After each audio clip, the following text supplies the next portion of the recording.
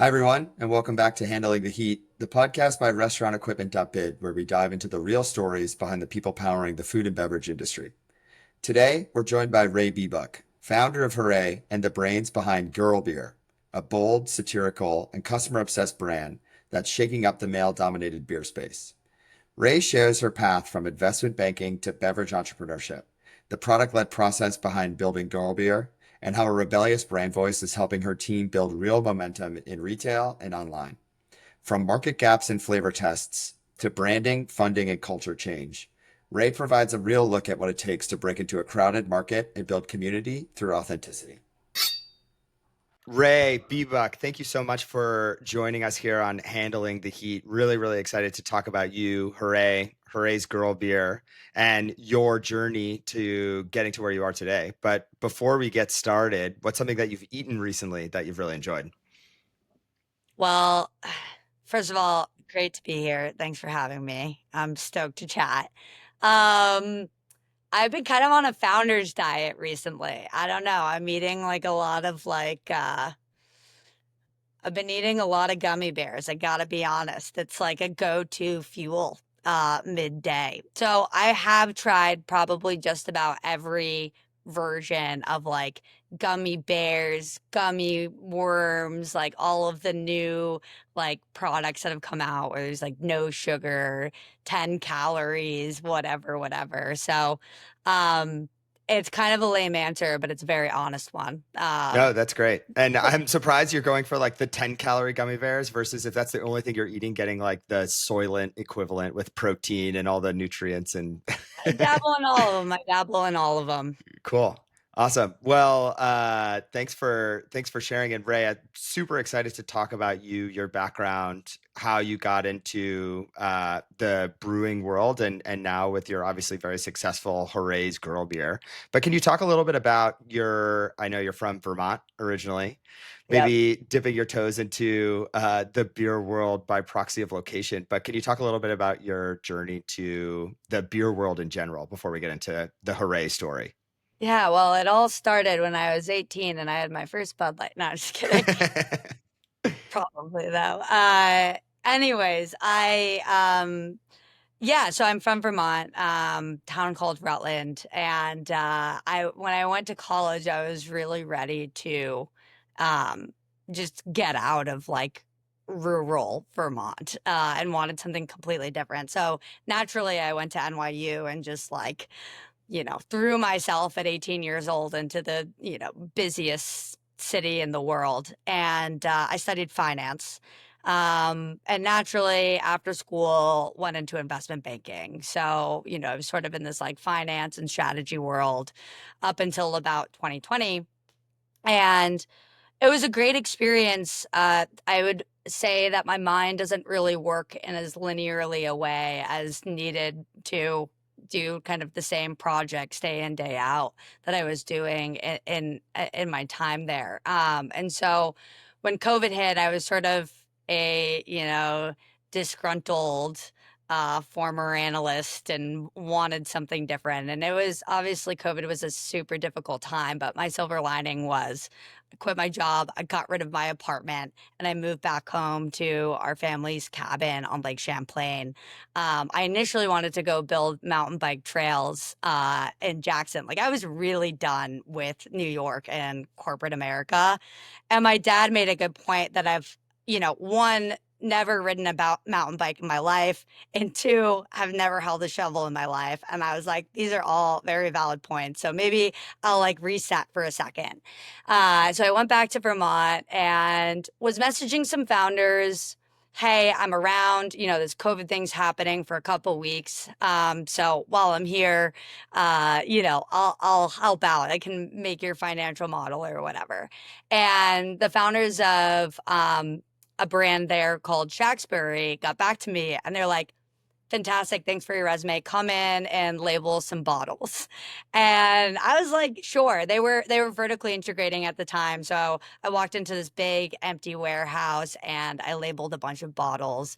And I think they quickly realized that I could probably help them with some other things. And so labeling bottles turned into me buying equipment, buying supplies, helping hire, helping fundraise, and ended up turning into a full-time role as a director of operations there. And while I was there, it became so abundantly clear that the industry is pretty like male dominated. I think 2% of beer companies are solely owned by women. And it's no surprise. At one point in our investor deck, I had a slightly offensive photo of all of the CEOs of the major beer companies in the United States. And quite literally, they were like cookie cutter images of like each of them, just like old white dudes.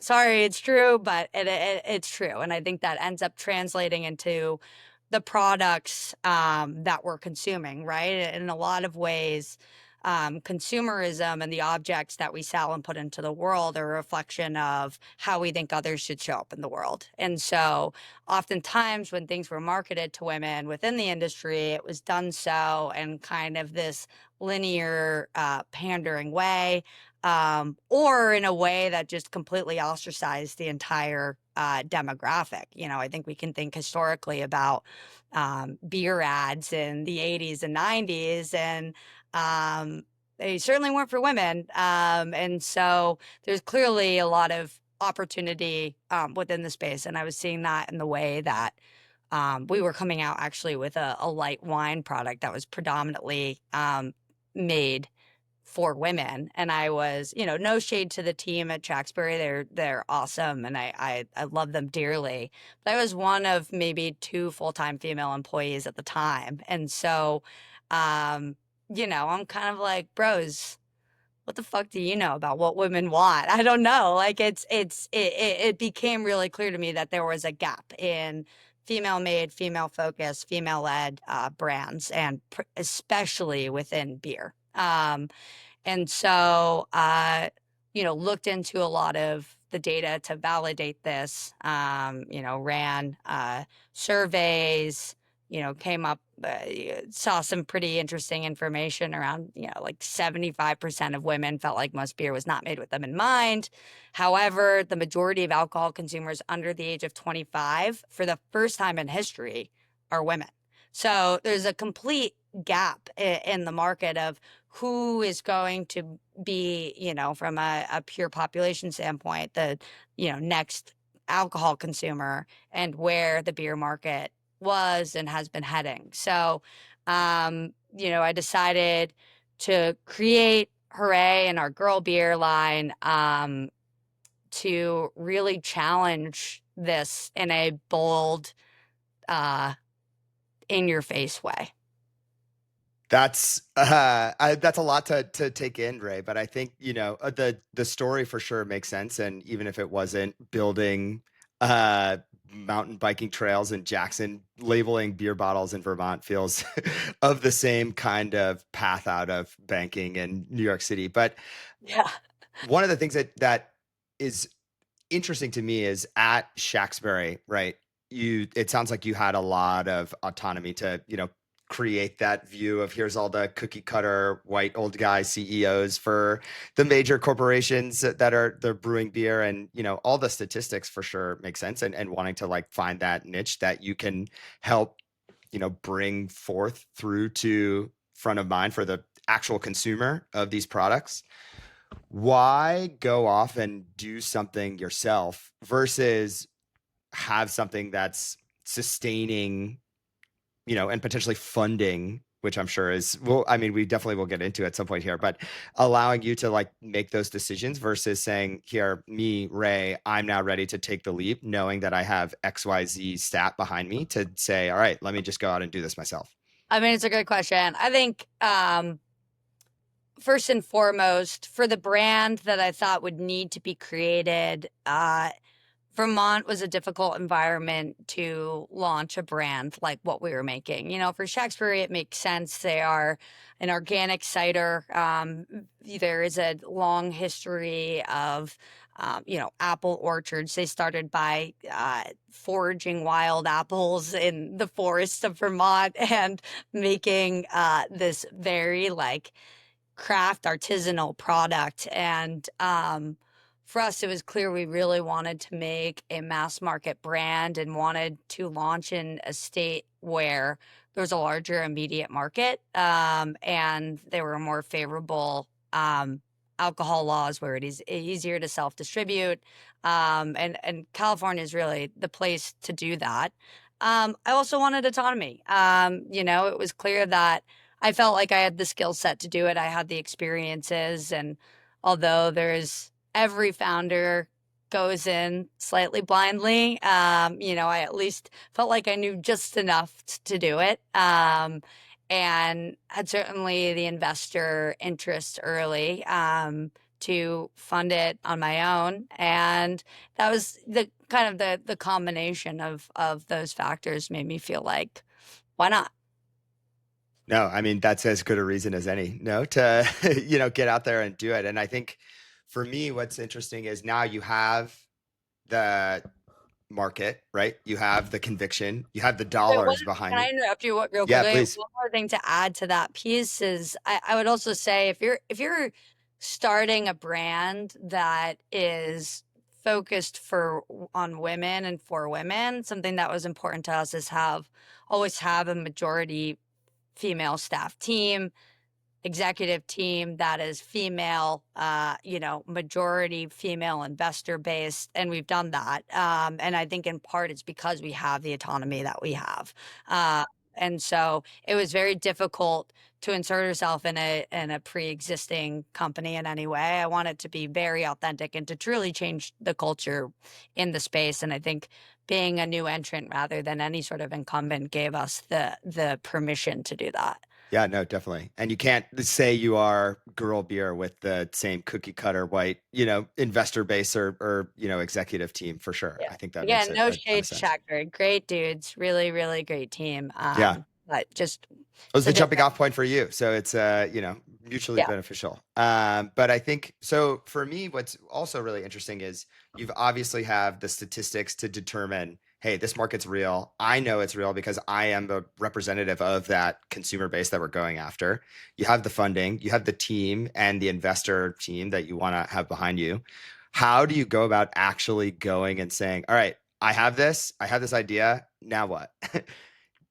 Oh my gosh. A lot of rumination. I think this idea came to me in probably 2021, like deep COVID. And took a lot of time, surveys, conversations, reflection, before really jumping into it. I really wanted to ruminate on what the solution would be, and started out with thinking about the products that I would want to consume and prefer to consume, and then run surveys on friends and ultimately larger sample sizes to really get an understanding of what's the product. First, start with product, right? And then kind of build out a brand thereafter. So, I love light beer. I love a Corona.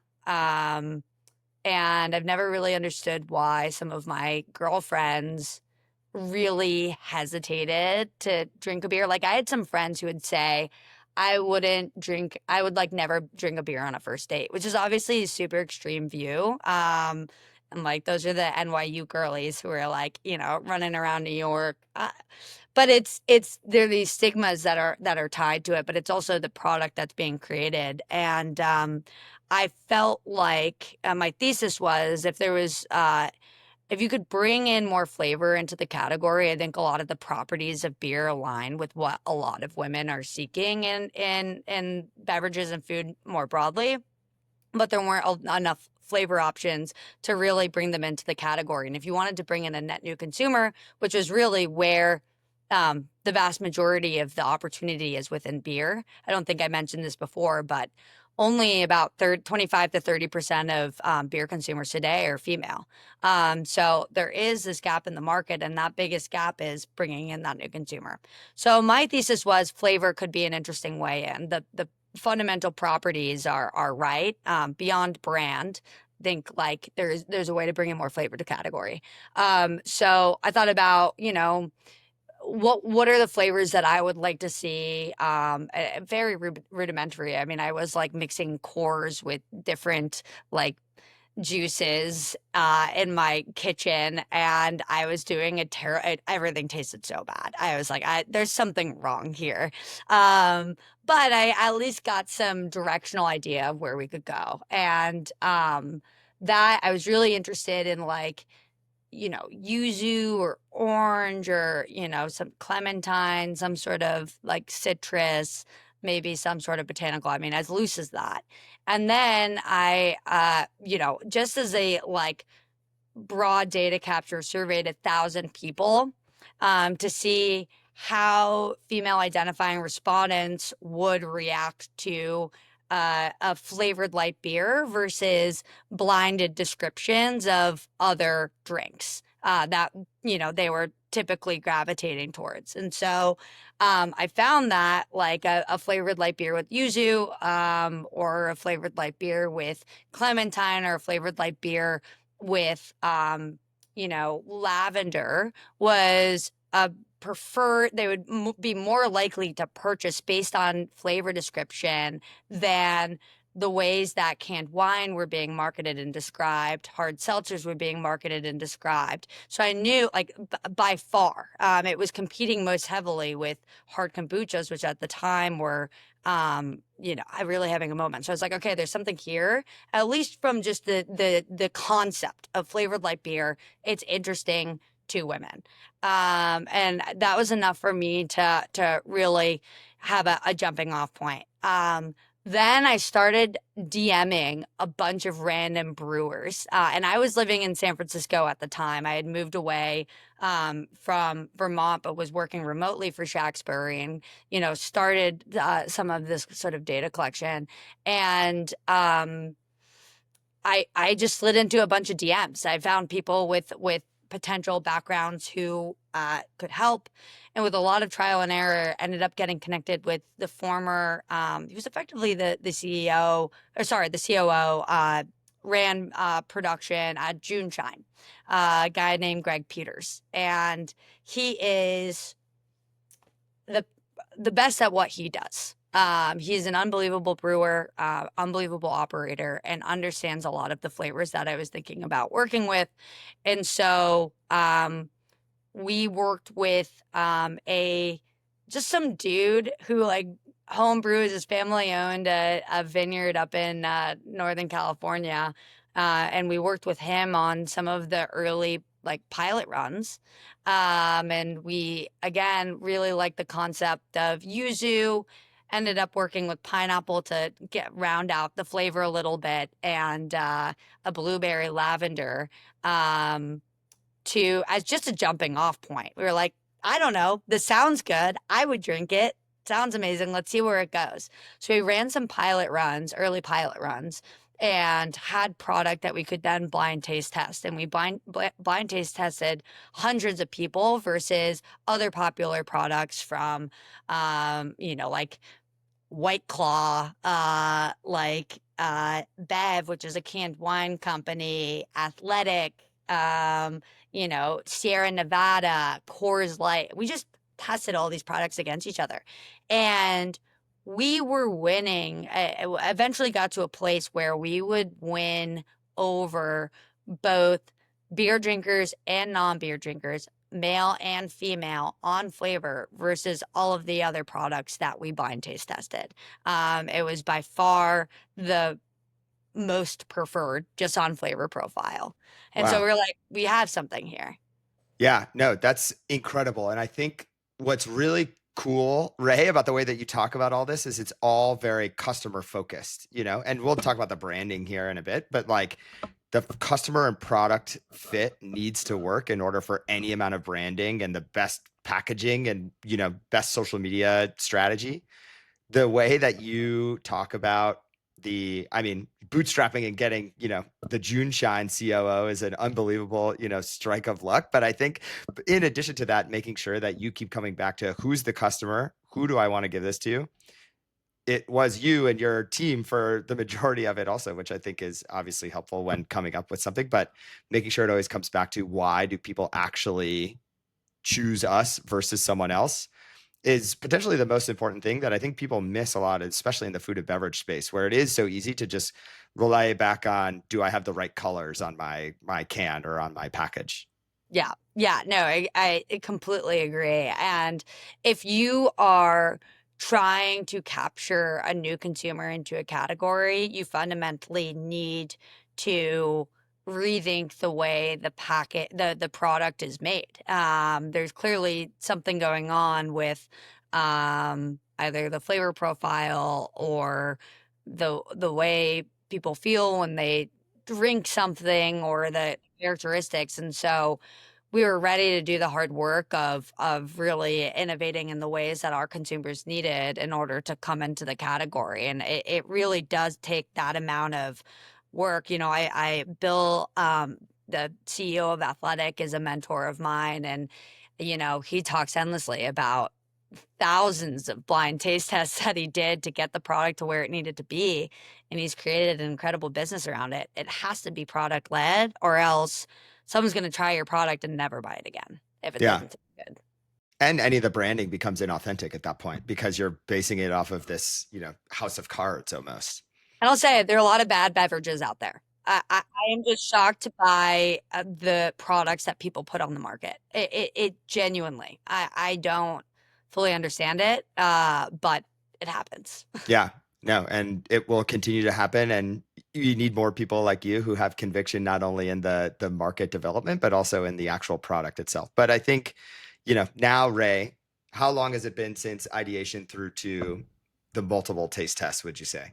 I think it's been about a year and a half. It was about a year and a half of really getting product to a place where we needed it to be, getting the licenses we needed, getting the chain retail interest was big. We wanted to launch with chain retail, which is definitely like a decision. I think there's a lot of my personal view, misconception within the broader CPG category that, you need to start in bodegas and start small and then scale up.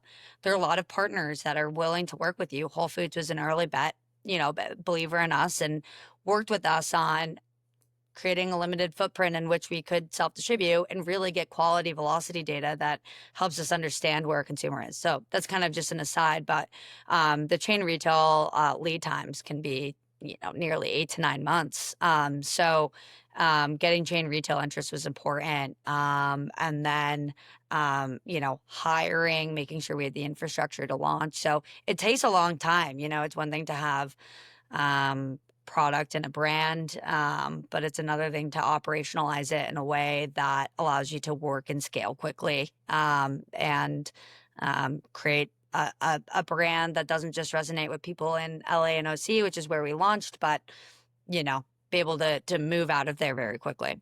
Yeah, no, and having that big box in foot in the door and being successful, which I've seen all the, you know, the things off the shelves. I've had an opportunity to try the blueberry flavor. I'm a fan of it, so I can definitely attest to putting your foot in the door and then trying to grow from there. But I think part of that has to definitely do with your social media or marketing presence, Ray. And we've kind of skirted around it this entire conversation because we're getting to the point now where it's like the customer base is there, the product is there, the flavor is there, you're on shelves.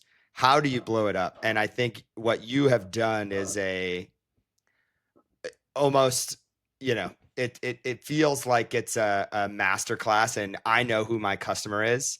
Let me just find them immediately and tell them exactly what they want to hear kind of marketing strategy, which is really difficult to do, especially when you are going up against not only other brands, right, but content creators who are putting out their own things themselves. So can you talk to me, Ray, about the content and marketing strategy in general for Hurray's Girl Beer? Yeah, yeah. So I think when you ever have the name of something polarizing like a girl beer in your product, um You first need to figure out like design and the way in which you want to communicate aesthetically the product. And we actually created like a burner TikTok account, and we're running all of these posts and ads to figure out really what the reaction would be. And we found if we over feminize the product, it'd be, kind of misconstrued because our brand voice is very satirical, playful, humorous, fun. We always wanted to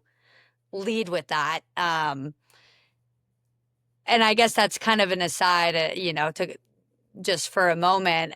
We noticed that there weren't a lot of female focused humor brands. You have like Liquid Death and Dude Wipes and Happy Dad and all of these brands that were predominantly for dudes, although, women obviously consume them. Um, and they were allowing a space for men to be messy and chaotic and playful and have fun. And I think there's certainly fashion brands out there that I think do a good job of that, and a couple of CPG brands that I think are exceptions to this rule. For the most part, nothing that had really scaled in a noticeable way. So we're like, humor is one, authentic to us. That's who we are. But two, clearly an opportunity to reach women in a new way and really flip the narrative of how products are marketed to women, which is usually done in this like aesthetic, like this is how you should act and this is how you should be represented in the world. And that didn't necessarily speak to me. Like I wear like skeleton sweaters and like I don't know. I like just don't really resonate with the very like polished aesthetic brands that are out there.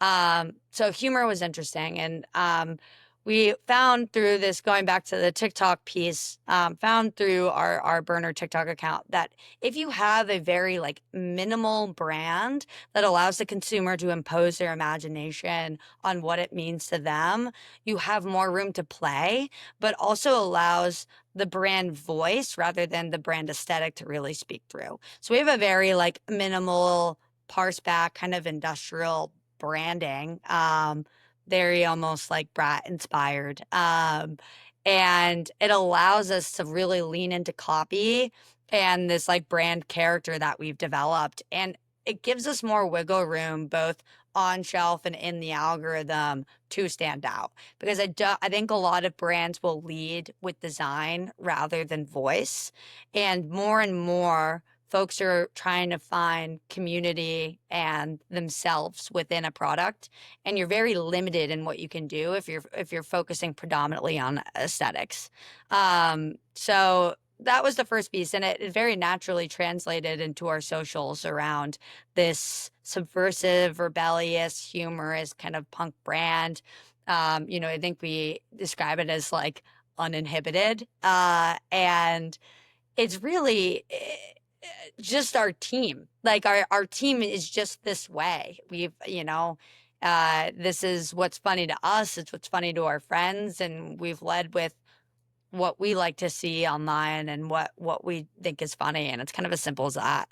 Yeah, no. And I think that's super interesting thinking about the voice versus the actual physical product, as well as like differentiating, like how do we come across in store or, in a fridge or at a party to the algorithm. And I think that having that differentiation and having both blend across each other so that when somebody sees it, they can think back to, I hate Connor, or it's one of the other, many fun quips that y'all are putting out there. I think it's something that a lot of people are trying to do, but definitely are not able to do. Do you think, Ray, that the obviously among your friends, among your team, right? It's built for that. And it's obviously resonating on the algorithm, right? Like I see all these things pop up on my TikTok and I throw it a like, and it's like, I am a potential customer, but I'm curious, like, have you gotten feedback from your active customers of people that the content resonates with, that say, hey, I found this from social media. I wanted to be involved with it. This is exactly who I am. It speaks to me. I want to be your friend, Ray. I want to sit on the couch and, shoot the shit about skeleton sweaters or whatever else, like how has that conversation been not only with your team and with your group, but with the customers that you're going to reach out to? Yeah, I mean, honestly, all the time, which is Awesome. really cool to see. There are definitely, well, it feels like there is starting to be a bit of a cult following with some of our followers who are regularly engaging, and really the brand really resonates with them. And I think probably felt similar frustrations about the beer category broadly, but also about the ways in which things are branded to women. Um, so that's been certainly good feedback. I think we've been running a couple of campaigns that have clearly resonated really well, and I think very simplistic, clear um, copy that is in our tone of voice. So our whole sort of, for those of you that don't know, we banned Connors from consuming our product. Like, no, we on our packaging even it says "Buy Girls for Everyone except for you, Connor. You know what you did." And I'm not at liberty to say what Connor did, but what I can say is that that sort of messaging resonates with thousands of Connors who have posted on and commented on all of our content, but also with a lot of women. And it's playful, it's fun, it's easy. They see themselves in that kind of messaging. Even from our billboard, like we had a billboard going out to Coachella, and it's so many people, like dozens and dozens of people tagging us in photos, DMing us, "Oh my God, I saw this and now I need to go buy this."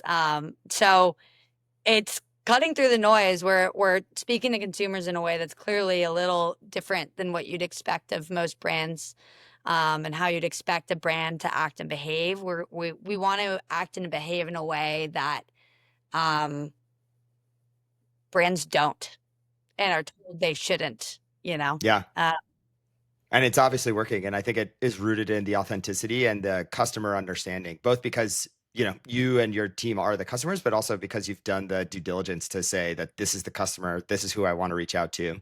And, the network effects, to use a business schooly kind of term, is very cool to see. yeah, and the So last thing I'll add on that, just as a quick sidebar, is I think about 70% of our Instagram followers as a proxy, just for our consumer, are female. So about 30% are male. And I've found that a lot of guys, one, love the product. It's flavored like beer. That's something that doesn't really exist in the beer ecosystem at scale.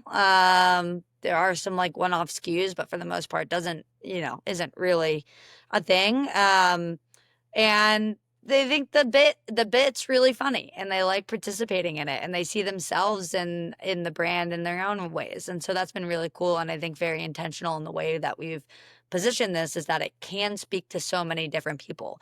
Yes, girl beer is the product, but it's branded in a way that's almost subverting the name. yeah, So it works. no, definitely. And I'm proud to call myself part of the 30% of beer girl enjoyers. So awesome. Ray, well, I think obviously your passion for the brand, your passion for the community that you're building, and the effectiveness of the product in the space is super interesting, and it's great to see your success. What is next, would you say, for Girl Beer and for Hurray? We a lot of stuff. We're very busy. We're in this interesting juncture in the business where we've been self-distributing for the better part of, the last 7 months. and that obviously limits your scale. We've very intentionally limited our footprint to focus on velocities, making sure we're understanding the accounts that we're in, so that as we scale, we have a playbook. And we've really been honing that playbook over the last half year in that self distribution. Come the fall, we have some major chain retail mandates, which is really exciting, going into mass grocery, and we're signing with a distributor now, which is really exciting. So it unlocks that next available path for scale. So we're expanding markets, expanding chain retail, and expanding the team to make sure that we can support that. So really focusing on really across the board, ops, marketing, sales. We've made hires in every department to make sure that we are adequately supporting this next phase. So hiring new sales reps, hiring ahead of marketing, hiring ahead of ops to make sure that we're doing this well. So yeah, and as part of that, some interesting media partnerships that are potentially on the horizon. That's amazing. Well, Ray, very awesome to watch your success over the last couple of years, and super excited to see how this continues and the rise of Girl Beer and Hurray. So thank you very much for chatting today. Very much appreciate it. Thanks, Zach. You're all